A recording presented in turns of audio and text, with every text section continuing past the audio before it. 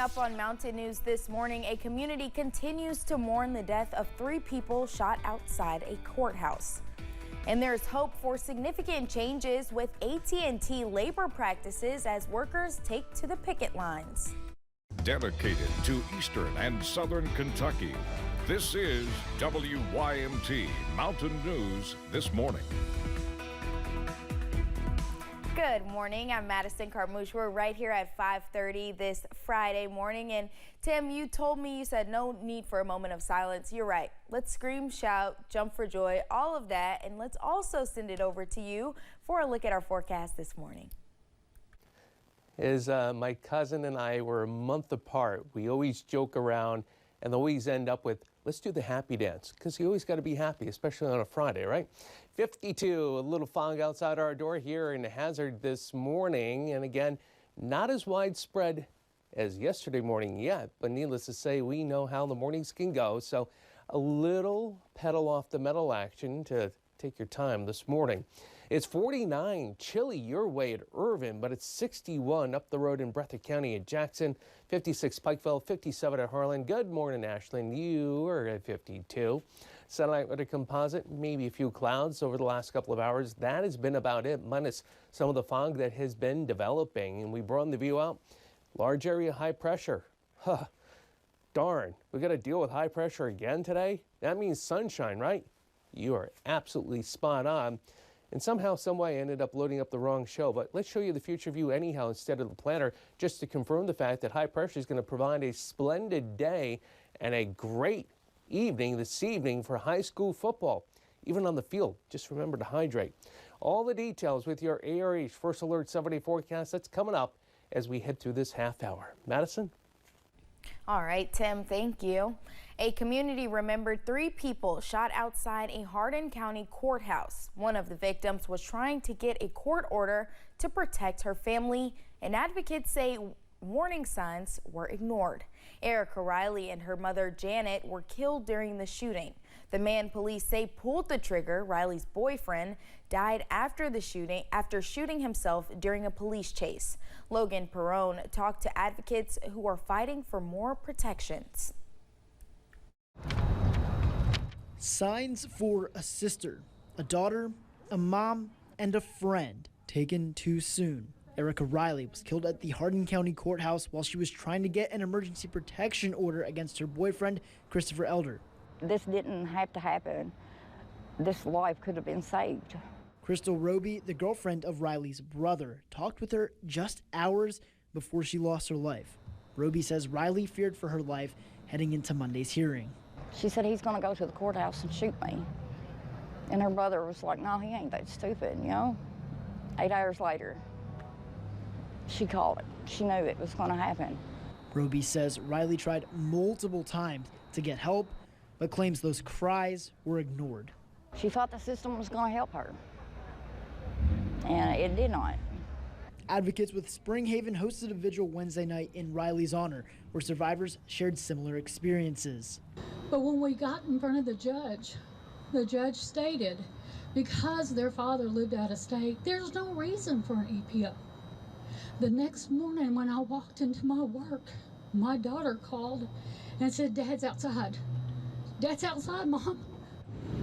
When my attorney and Ms. Jonah came to advocate for me, the judge did not want to hear it. The judge barely wanted to grant me the order. When I had to walk this parking lot to get my protection, I was afraid that this would happen to me. Springhaven CEO Georgia Hensley, who is also a domestic violence survivor, believes more needs to be done to protect victims across Kentucky. We need protection outside the courthouses. We need to re-examine what it looks like to be in a DVO hearing. Should we be doing Zoom hearings? Should we be having escorts in and out of the courthouse? Are these things that we should be offering in every case? And that's change that needs to happen across the board. Hensley does point out a specific problem in Hardin and surrounding counties.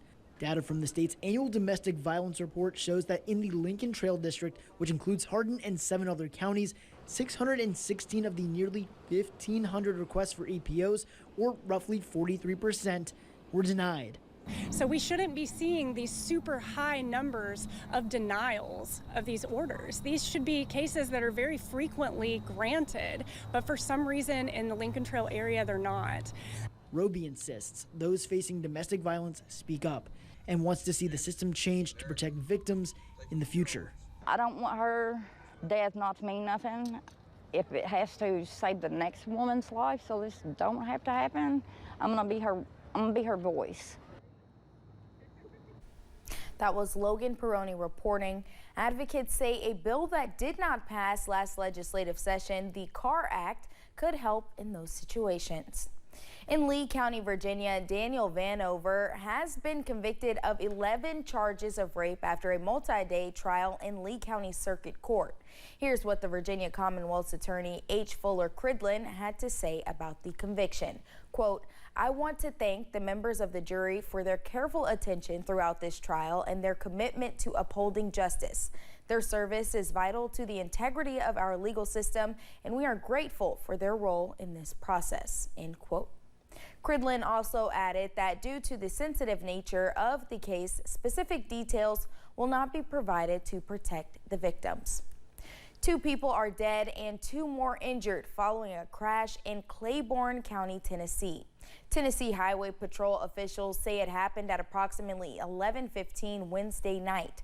Police were called out to the crash on Old Highway 63 at Dan Road, and the driver of the SUV went off the road before hitting several trees. The 2 passengers injured in the crash were flown to a hospital. No names have been released. A vehicle crashed into a building yesterday afternoon in Laurel County. It happened on South Main Street around 4:30 yesterday. London Mayor Randall Weddle posted these pictures on Facebook. Weddle said he thought initially dozens of people might be displaced, but nobody was. One person was transported to a hospital. Main Street at Armory Street was partially shut down, but has since reopened. A student at one elementary school in Harlan County was arrested following an incident school officials viewed as threatening. School officials say they were made aware of a gesture made by a student at James A. Kaywood Elementary School. Following an investigation, the student was charged with terroristic threatening. Officials say disciplinary actions will follow. They also say no weapon was found and one was never on school grounds. A Pike County man is facing a host of charges after police found drugs on him after pulling him over. The incident happened Tuesday when police noticed that the right tail lamp on Jamie Brown's vehicle was out. After failing a sobriety test, Brown was arrested. During a search of his vehicle, police found meth, heroin, along with 2 scales and a glass pipe. Brown was taken to the Pike County Detention Center. A Laurel County woman is behind bars after police found meth in her possession. Police were called out to a crash involving a dirt bike on Highway 1376 Wednesday. While they were heading to the crash, police were notified a woman was trying to get the driver of the bike into her vehicle to leave the scene with her. Police were told Rebecca Blevins threw something into a field, which was later found by police. She was taken to the Laurel County Correctional Center. Kentuckians have 1 month left to apply for FEMA assistance following storms that happened around Memorial Day weekend. This is for homeowners and renters in a few of our counties: Clay, Whitley, and Knox. Applicants who wish to apply for disaster assistance need to have things ready for registration, such as social security number and type of insurance coverage. You can call FEMA at 1-800-621-3362. The Communications Workers of America are continuing a strike against AT&T, claiming unfair labor practices in the company's 3rd district, which represents 9 states in the Southeast. As the picket line holds strong, workers tell WYMT's Buddy Forbes they are hearing about potential progress. AT&T workers at the Pikeville picket line say the CWA strike is not about more money or benefits. And we're not even near there, and been bargaining for 2 months. So we just want the company to respect us, get someone at that table that can make decisions. Workers say those cannot even be a factor until they have something to negotiate, which is the real issue, since they claim a tentative contract is not being presented to the more than 17,000 workers in District 3, weeks after the previous contract expired. People starting to get a little anxious out here, wanting to provide for their families, but also it's like, where does this stop? And since this is not the first time the company has been challenged for what workers are calling unfair labor practices, the crews say a strike is the only way to feel heard. It makes you feel very unappreciated. We feel more like we're a number on a spreadsheet than an actual asset to the company.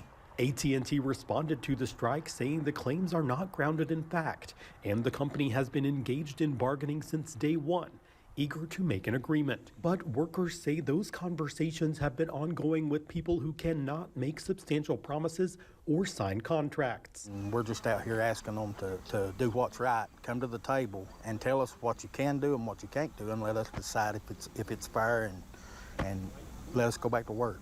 7 days into the strike, with a mediator now coming to communicate between the company and the union, those picketing are hopeful progress is on the way.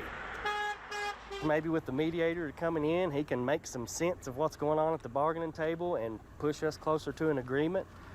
Once we have a tentative agreement, the unfair labor practice strike will probably end. Saying they are thankful for the community support, but ready to get back to work. In Pike County, Buddy Forbes, WYMT Mountain News. Many of the workers picketing have been part of the company for decades, saying they have proven their work and loyalty, and they just want the company to do the same. The hospital in Jellicoe, Tennessee has been around for decades, but not without trouble. Since 2020, it has been closed, reopened, and changed management several times. Now it's closed again, but there are new developments and hope for a new group to reopen the hospital once again. Since 2020, 3 groups have tried to manage the facility. Mayor Sandy Terry says it has not worked out due to inaccurate expectations. I think it's all about the money that they think they're going to earn and be able to put in their pocket. Last week, the city approved a proposal with Community Hospital Management in Kentucky. They are working to get approval from the federal government to identify this facility as an acute care hospital as well as a rural emergency hospital. Kentucky's unemployment numbers for the month of July were released yesterday. According to the report, numbers of unemployed Kentuckians rose in 119 counties, with Lee County being the only county to have numbers fall. Cumberland County had the lowest rate in the state, followed by Woodford. Magoffin and Martin counties has the Commonwealth's highest, both around 11%.